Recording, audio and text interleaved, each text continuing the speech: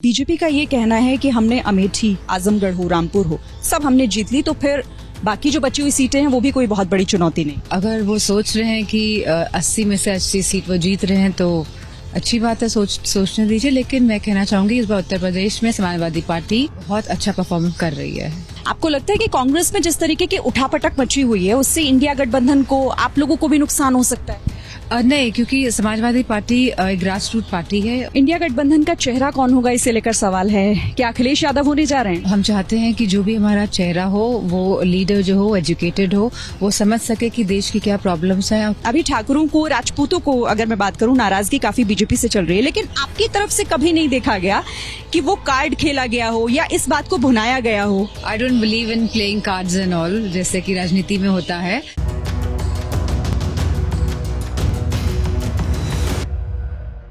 तो देश इस वक्त आम चुनावों में है और तीसरे चरण की दहलीज पर हम खड़े हैं। देश में कई मुद्दों को लेकर चर्चा हो रही है, तो इस बार देश में कई महिला नेत्रियों की भी चर्चा है जो जोरों शोरों से चुनावी मैदान में है। और ऐसी ही एक महिला नेत्री हमारे साथ इस वक्त, जो मौजूदा सांसद भी और एक बार फिर से चुनावी मैदान में है, मैनपुरी से डिंपल यादव जी हमारे साथ है। बहुत स्वागत है डिंपल जी। हेलो।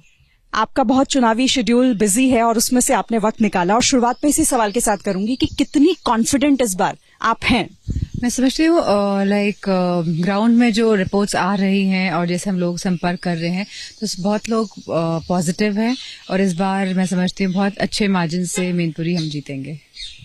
मैनपुरी क्योंकि एक सेफ सीट है, वहां से आप चुनाव लड़ रहे हैं, लेकिन समाजवादी पार्टी की अगर मैं बात करूं तो बाकी जगहों पर जहां जहां आप लोग चुनाव लड़ रहे हैं, मामला टफ है क्या? क्योंकि 80 से 80 सीटें जीतने का दावा बीजेपी कर रही है। मैं समझती हूँ ये बात बोलना कि 80 में से 80 सीट जीत रहे हैं, ये अपने आप में दर्शाता है कि भारतीय जनता पार्टी कितना झूठ बोल सकती है, और लगातार लोगों के साथ उन्होंने झूठ बोला है। लेकिन अब सभी वर्ग के लोग भारतीय जनता पार्टी से कहीं ना कहीं नाराज हैं, और कहीं ना कहीं हमारा जो युवा है वो आक्रोशित है, क्योंकि आज युवाओं के पास रोजगार और नौकरियां बिल्कुल नहीं है।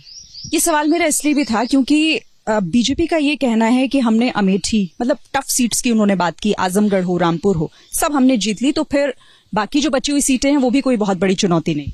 मैं समझती हूँ परिस्थितियां इस बार चुनाव में बहुत ही अलग हैं, और अगर वो सोच रहे हैं कि 80 में से 80 सीट वो जीत रहे हैं तो अच्छी बात है, सोचने दीजिए। लेकिन मैं कहना चाहूंगी इस बार उत्तर प्रदेश में समाजवादी पार्टी बहुत अच्छा परफॉर्म कर रही है। ठीक है, आप इस बार गठबंधन में हैं, और इस बार आपके गठबंधन में जो साथी हैं, थोड़ा सा आगे चलते हैं, कांग्रेस है। आपको लगता है कि कांग्रेस में जिस तरीके की उठापटक मची हुई है उससे इंडिया गठबंधन को, आप लोगों को भी नुकसान हो सकता है? नहीं, क्योंकि समाजवादी पार्टी एक ग्रास रूट पार्टी है, और सभी लोग संगठित तरीके से इस बार काम कर रहे हैं, हमेशा काम करते हैं। और इस बार मैं समझती हूँ क्योंकि लोगों का साथ मिल रहा है ग्राउंड में, तो इस बार जो नतीजे रहेंगे वो बहुत ही आशाजनक रहेंगे। आश्चर्यजनक रहेंगे? अगर मैं एक रहेंगे हमारे लिए आशाजनक। अगर मैं आपसे कहूँ, आप कितने नंबर दे रही है, कितना जीत रही है इस बार समाजवादी पार्टी? अब तो आंकलन क्योंकि आप पूरा घूम रही है ना, मैं देख रही हूँ। नहीं, मैं अपनी कॉन्स्टिट्यूएंसी में अभी रिस्ट्रेन्ड हूँ, और लेकिन जो भी रिपोर्टिंग आ रही है फर्स्ट 2 फेजेस की वो अच्छी आ रही है। अच्छा, एक सवाल मेरा आप थोड़ा सा हटकर इसलिए क्योंकि आप उत्तराखंड की बेटी हैं, ठाकुर समाज से ताल्लुक रखती हैं। अभी ठाकुरों को, राजपूतों को अगर मैं बात करूं, नाराजगी काफी बीजेपी से चल रही है, लेकिन आपकी तरफ से कभी नहीं देखा गया कि वो कार्ड खेला गया हो या इस बात को भुनाया गया हो। जो चीज है वो तो है, मतलब अब I don't believe in playing cards and all, जैसे कि राजनीति में होता है। तो ठीक है, अब कहीं पे कोई कार्ड खेलता है, कोई कहीं पे कोई कार्ड खेलता है, तो ठीक है, राजनीति का एक हिस्सा मैं समझती हूँ। ठीक है, आप भी चुनावी मैदान में हैं, और एन मोमेंट पर अब कन्नौज से अखिलेश यादव जी भी चुनाव लड़ रहे हैं। दोनों ही फाइट इस बार देते हुए नजर आ रहे हैं, या फिर आपको लग रहा है कि इस बार थोड़ा बहुत ऊंच नीच या मार्जिन कम हो सकता है? कुछ तो आपका आंकलन। नहीं, मुझे नहीं लगता मार्जिन कम होगा, इस बार मार्जिन बहुत अधिक जाएगा, कन्नौज में भी और मैनपुरी में भी। अच्छा, हम बहुत सारे सोशल मीडिया पर आपकी बेटी आदिति के भी बहुत सारे वीडियोस देख रहे हैं, तो आप लोगों के कहने पर या उनका खुद का ये डिसीजन था कि वो चुनाव मैदान में उतरेंगी प्रचार के लिए? मैं समझती हूँ वो खुद का डिसीजन था, और क्योंकि मैं माँ हूँ, और जैसे कि आपने कहा मेरी बेटी आदिति, तो डेफिनेटली वो मेरा सहयोग किसी ना किसी रूप में करना चाहती थी, यानी उसका खुद का इनिशिएटिव रहा है। ऐसा तो नहीं कि वो उनकी रिहर्सल हो रही है और अगली पीढ़ी वही आगे बढ़ाएंगी?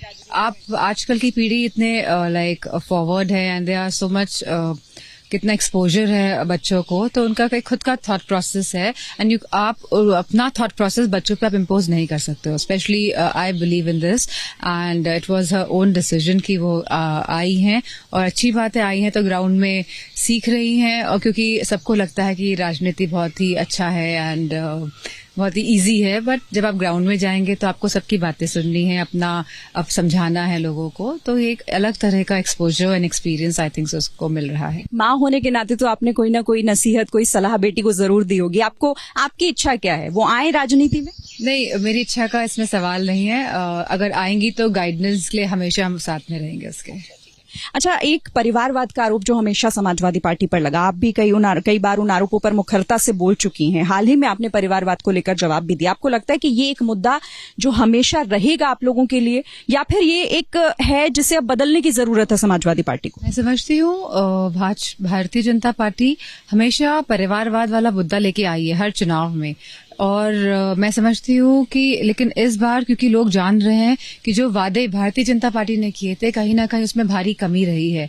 कहीं ना कहीं लोगों को इस बात का एहसास हो रहा है कि भारतीय जनता पार्टी केवल मीडिया के माध्यम से जो चीजें फैलाती है और जो अपना खुद का प्रचार करती है, और वो भी पूरा प्रचार जो मीडिया के बहाने माध्यम से जो होता है, लेकिन अगर आप ग्राउंड में जाएंगे तो कोई भी बात हकीकत में नहीं आती है. कोई भी बात लोग नहीं समझ पाते हैं कि क्या ये स्टेज से कहते हैं और क्या जमीन पर उतर के आता है. तो मैं समझती हूँ लोग तैयार हैं भारतीय जनता पार्टी के झूठ और भ्रष्टाचार को हटाने के लिए. ये एक सवाल मेरा उससे लेकर जिस पर चर्चा हो रही है, मंगलसूत्र, उस पर हालांकि आपकी तरफ से बयान भी दिया गया. लग रहा है आपको कि इस मामले को लेकर भी चुनाव पर कोई असर पड़ेगा? थोड़ा सा आगे. मैं नहीं समझती इस बार कोई असर पड़ने वाला है, क्योंकि 75 साल के जो हमारे भारत का जो इतिहास रहा आजादी के बाद से कभी इस तरह की बातें किसी भी नेता ने नहीं कही है. और ये अपने आप में ही बहुत ही अपमानजनक बात है देश के लिए कि कोई देश का बड़ा लीडर अगर इस तरह की बातें करता है तो मुझे लगता है वो पूरी सोसाइटी को क्या मैसेज देना चाह रहा है, वो आने वाली नई पीढ़ी को क्या बताना चाह रहा है. तो बिकॉज देश के बड़े लीडर्स होते हैं वो इंस्पिरेशन भी होते हैं, बिकॉज लोग देखते हैं आपकी तरफ. तो मैं समझती हूँ ये देश के लिए बहुत ही अपमानजनक और बहुत ही नीच स्तर की राजनीति का एक एग्जाम्पल है. इंडिया गठबंधन का चेहरा कौन होगा, इसे लेकर सवाल है. क्या अखिलेश यादव होने जा रहे हैं? चेहरा हो, हम चाहते हैं कि जो भी हमारा चेहरा हो वो लीडर जो हो एजुकेटेड हो, वो समझ सके कि देश की क्या प्रॉब्लम्स हैं और कैसी पॉलिसीज बनानी है, कैसी नीतियां बनानी है जिससे मैक्सिमम लोग और सभी वर्ग को लोगों को हम ज्यादा से ज्यादा फायदा पहुंचा सकें. क्या अखिलेश यादव वो नाम होंगे? चाहे जो भी हो, आपके हिसाब से पूछ रही हूँ. चाहे जो भी हो, ए से लेके जेड तक, चाहे जो भी हो, the politician has to be educated and qualified and he has to deliver to the people of the country. बहुत शुक्रिया आपका डिंपल यादव जी हमारे साथ यहाँ आने के लिए और ये वक्त देने के लिए. तो डिंपल यादव जी को आपने सुना, अब उन्हें अपने क्षेत्र में जाना है, इसीलिए और ज्यादा सवाल हम उनसे पूछ सकते थे, लेकिन बहरहाल उन्होंने कहा कि मजबूती के साथ चुनाव लड़ रहे हैं और समाजवादी पार्टी अपना बेहतर प्रदर्शन करेगी. कैमरामैन संजीव के साथ शीरीन, एबीपी न्यूज.